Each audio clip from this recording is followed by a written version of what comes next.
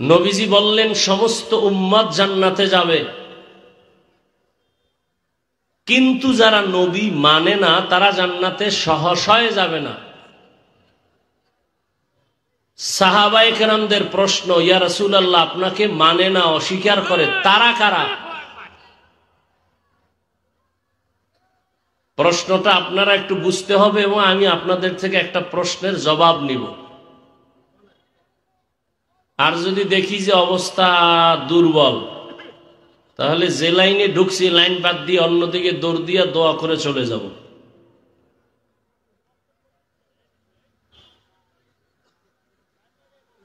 সাহাবায়ে কেরামের প্রশ্ন, নবী আপনাকে মানে না, তারা কারা? আমি বলবো আপনি নবী মানেন না, আপনি বলবেন আমি মানি না। এই ঝামেলা ঝগড়া ইসলাম পছন্দ করে না। নবী নিজে সমাধান দিয়ে গেছেন কে নবী মানে, কে নবী মানে না। একটু খেয়াল করবেন, আল্লাহর ওয়াস্তে অনুরোধ করছি।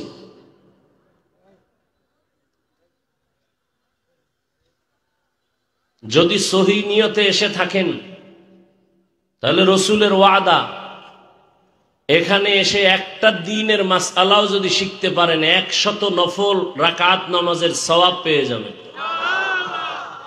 দ্বীন ইসলামের অনেকগুলো বিষয় যদি আপনি ধরে রাখতে পারেন, 1000 রাকাত নফলের ইবাদত এর সওয়াব আল্লাহ দিয়ে দিবেন।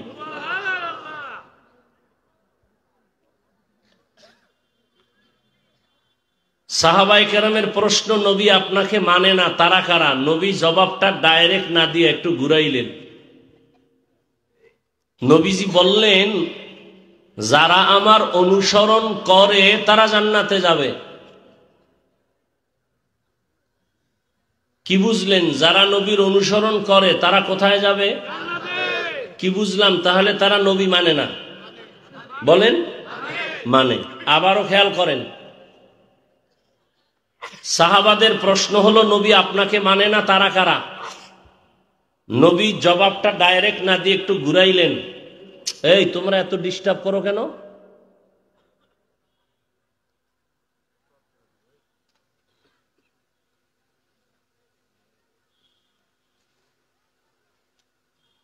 নবীজি বললেন যারা আমার অনুসরণ করে তারা জান্নাতে যাবে।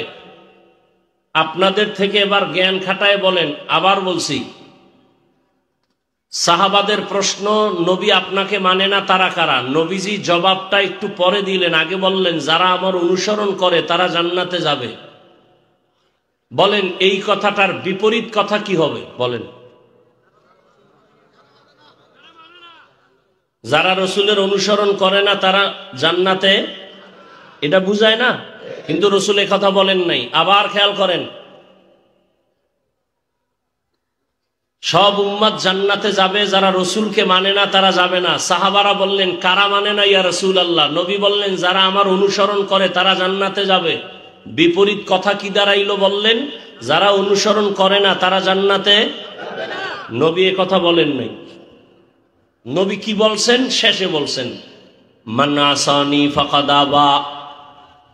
খুব খেয়াল করেন, যারা আমার বিরোধিতা করে তারা জান্নাতে যাবে না, তারা আমার অস্বীকারী, তারা জাহান্নামী। কি বুঝলেন এখান থেকে? যারা নবীর অনুসরণ করে না তারা জাহান্নামী নবী বলেন নাই।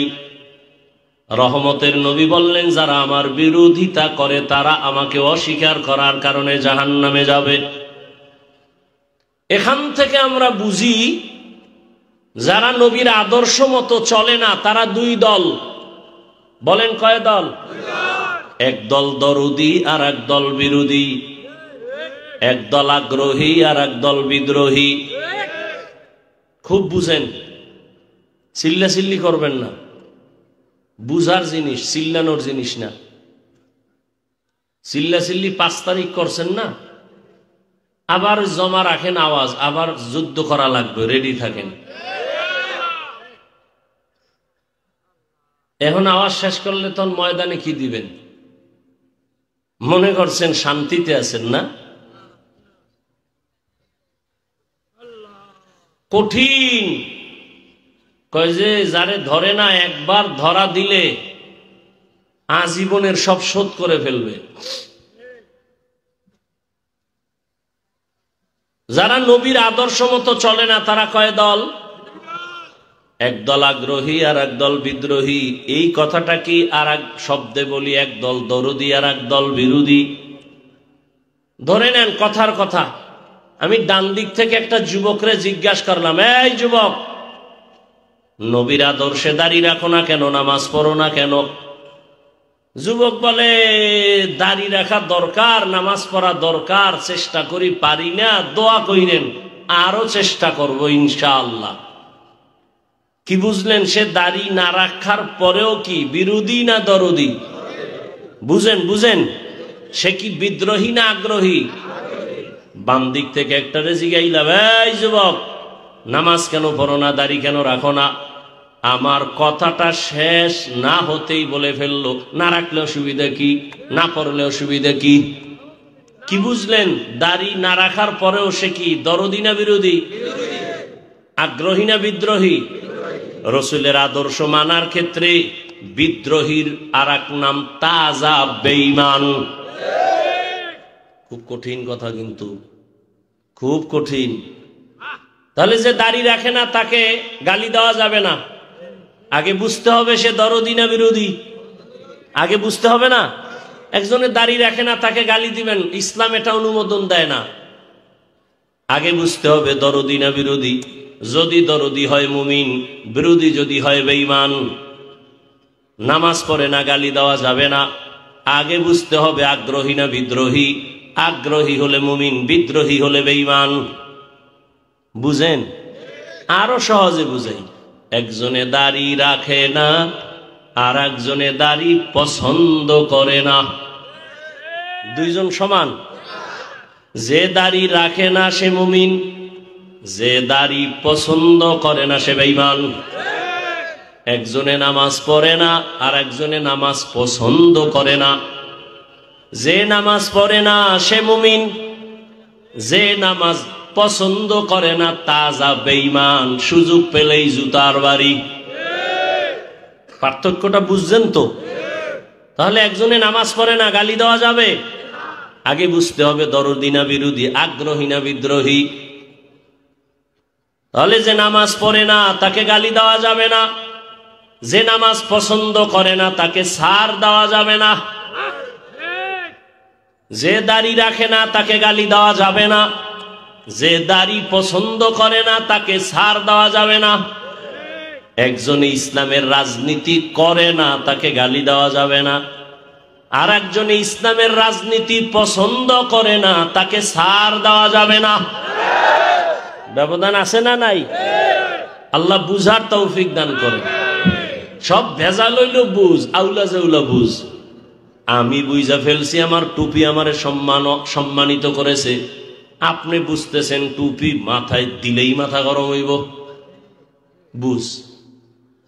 আমি বুঝে ফেলেছি আমার দাড়ি আমার সম্মান বাড়িয়েছে। আপনি বুঝতেছেন দাড়ি রাখলে আপনার সম্মান কমে যাবে, আত্মীয় স্বজন বেজার হবে। সব ঝামেলা বুঝের মধ্যে। এই বয়ান টয়ান যা তাবলিগলাদের বয়ান, পীর মাশায়েখের বয়ান, বক্তাদের বয়ান, খালি বুঝ ঠিক করো, বুঝ ঠিক করো।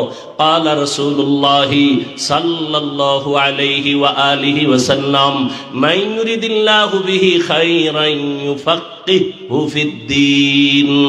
আল্লাহ যারে বেশি মায়া করবেন তাকে বুঝ দিয়া দিবেন, দিনের বুঝ। তখন বান্দা চলার জন্য রেডি। একজনে কয় শাহ নিয়ামত মাঠে বয়ান হবে না, অমুকের আসতে দেয়া হবে না, অমুক জায়গায় মাদ্রাসা করতে দিব না।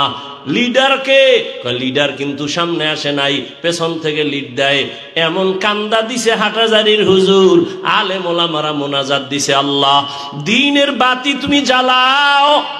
এমন ভাবে কান্না দিয়েছে, পাতি নেতার গোষ্ঠী সব রাস্তায় বিড়ি টানে আর মাস্তানি করে। কিন্তু ওদের যিনি হ্যাঁ, ওর বুঝ ফিরে গেছে।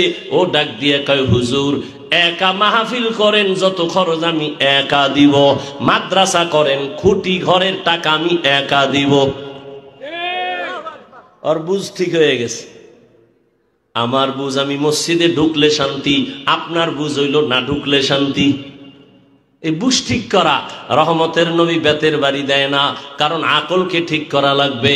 বুঝ আউলা জাউলা হয়ে গেছে, যখন বুঝ ঠিক হয়ে গেছে, আবু জাহিল্লা কালেমা পড়ে না, ওমরের মতো বান্দা রহমতের নবীরে জবাই করতে সে কালেমাওয়ালা হয়ে গেছে। কিসের অভাব? বুঝের অভাব। আল্লাহ সহি বুঝ দান করেন।